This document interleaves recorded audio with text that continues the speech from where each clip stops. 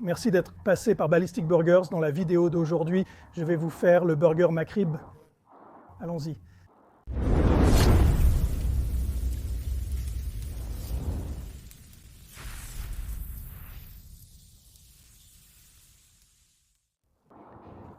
Ils mettent leurs trench coats et peut-être comme un masque de ski ou quelque chose, glissent à travers le drive de McDonald's, achètent un sandwich ou deux. Et si vous voulez voir ce que je pense être une très bonne imitation en essayant de faire un véritable McRib, je veux dire comme un véritable McRib, j'ai une vidéo que je vais lier sur ma chaîne Ballistic Barbecue. C'est un burger qui est inspiré par le McRib et aussi par mon expérience de la réalisation de cette vidéo particulière. Alors nous commençons avec de l'épaule de porc que j'ai un peu déchiquetée. Je les ai achetés au supermarché. Ils étaient essentiellement transformés en steak de palette de porc. Maintenant, vous verrez ce petit truc vert là-dessus. C'est du romarin séché. Je l'ai assaisonné avec un peu de romarin séché et aussi du cell casher. La raison pour laquelle j'ai fait cela est que la galette McRib contient du porc, du sel, du dextrose et un concentré de romarin, ce que j'ai fait dans ma vidéo de reconstitution. Et je voulais garder les mêmes saveurs avec cette galette de burger.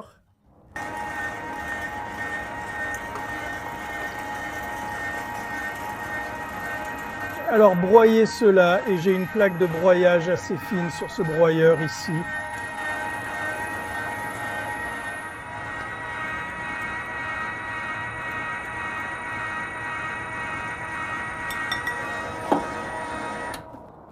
Et voilà pour cette vidéo, je fais un sandwich, mais je voulais juste broyer ces deux bâtonnets et je ferai un sandwich à ma femme ou à mon fils s'ils en veulent autant. Alors allons-y et formons ce patty. Donc j'ai mon parchemin en bas. J'appelle ça un anneau de burger, cette chose est folle, je viens de l'obtenir sur Amazon. On ne peut même pas le plier, c'est tellement bien. Donc je ne vais pas peser ça, je vais juste ajouter la viande jusqu'à ce qu'elle ait l'épaisseur que je veux qu'elle soit.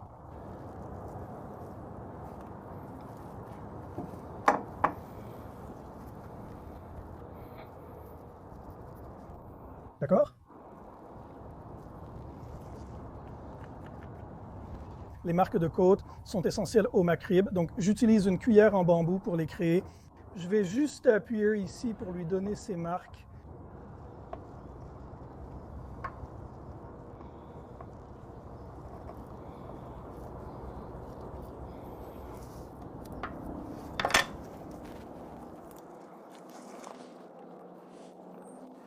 Et voilà, donc je vais nettoyer tout ça, allumer la plaque de cuisson, puis nous allons cuisiner.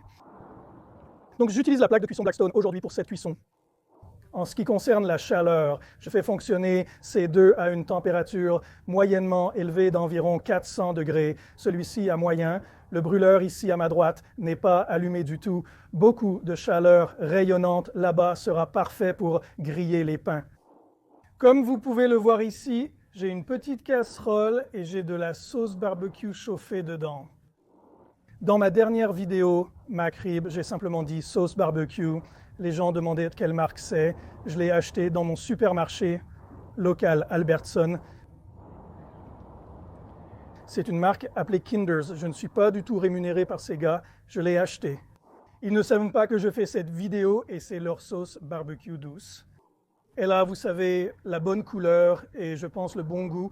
Elle a une sorte de belle saveur fumée de noyer. Donc je pense que c'est un choix parfait pour cette recette particulière. Et pour les pains, j'avais en tête un pain spécial Doral Wheat qui aurait été parfait. Il a de la semoule de maïs saupoudrée sur le dessus à la place des graines de sésame. Je vois ces pains chaque fois que je vais à l'épicerie, bien sûr. Et j'ai cherché dans 3 magasins différents, mais ils n'avaient pas ce dont j'avais besoin. J'utilise donc des pains à la pomme de terre Doral Wheat à la place. C'est ce que j'ai. Je pense que n'importe quel pain serait bon. Comme je l'ai dit, c'est une sorte d'inspiration McRib qui se passe. Nous n'essayons pas de dupliquer. Je l'ai déjà fait. Descends ce steak.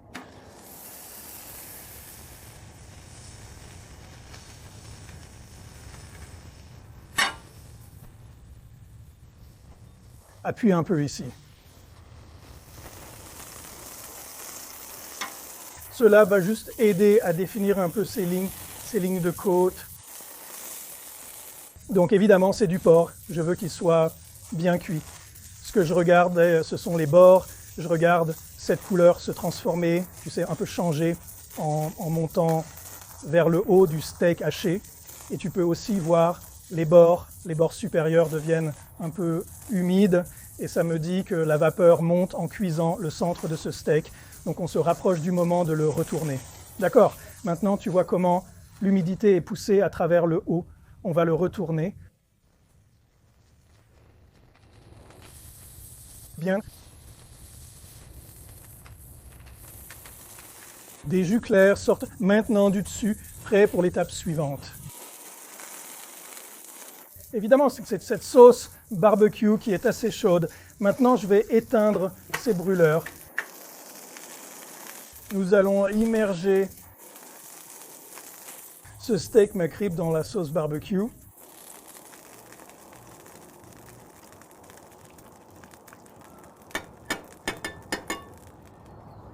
Il est donc resté à l'intérieur environ 3 minutes.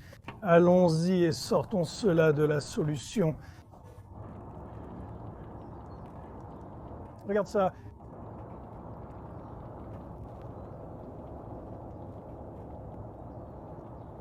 Alors ça sent vraiment, vraiment bon. Et encore une fois, c'est la sauce parfaite pour un McRib. Allons chez McDonald's pour leur McRib. Ils ont ça, ce n'est pas comme de l'oignon haché, c'est plutôt des petites tranches, vous savez. Nous avons des chips au cornichon à la nette.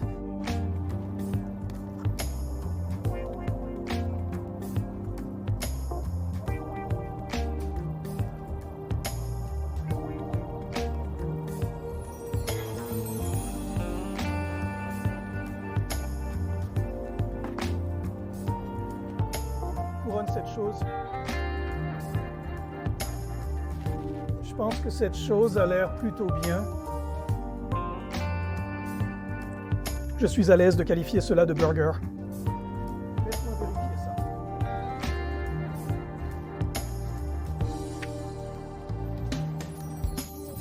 ça. Ça sent comme un McRib.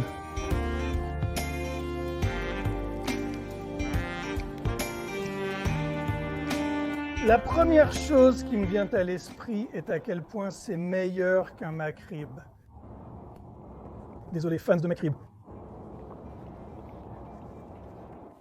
La texture, vous savez, la galette a plus une texture de hamburger au lieu de cette sorte de choses congelées. Vous savez, où ils essaient de faire semblant que c'est un morceau de viande plutôt que de la viande hachée. C'est bon pour moi. Encore une imitation de McRib. J'ai été un peu spastique à ce sujet en ce qui concerne le niveau de détail que j'ai mis. Vous savez, ils ont cet extrait de romarin là-dedans. J'ai donc préparé une sorte de thé de romarin concentré. En fait, il a viré à une étrange couleur violette. Une chose que j'ai remarqué avec ça, c'est que je ressens le goût du romarin.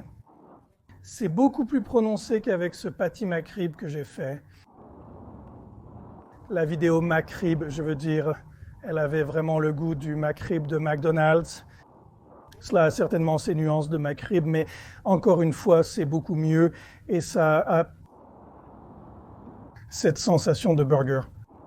La fraîcheur de ces oignons, vraiment prononcée aussi. Le pain est bon.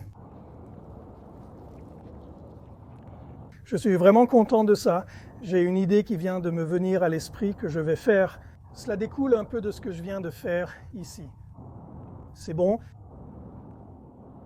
J'aurais aimé avoir ces petits pains avec de la semoule de maïs saupoudrée dessus. Ça aurait juste ressemblé un peu plus au McRib, mais il faut travailler avec ce que vous avez à disposition. Et c'est ce que j'ai fait.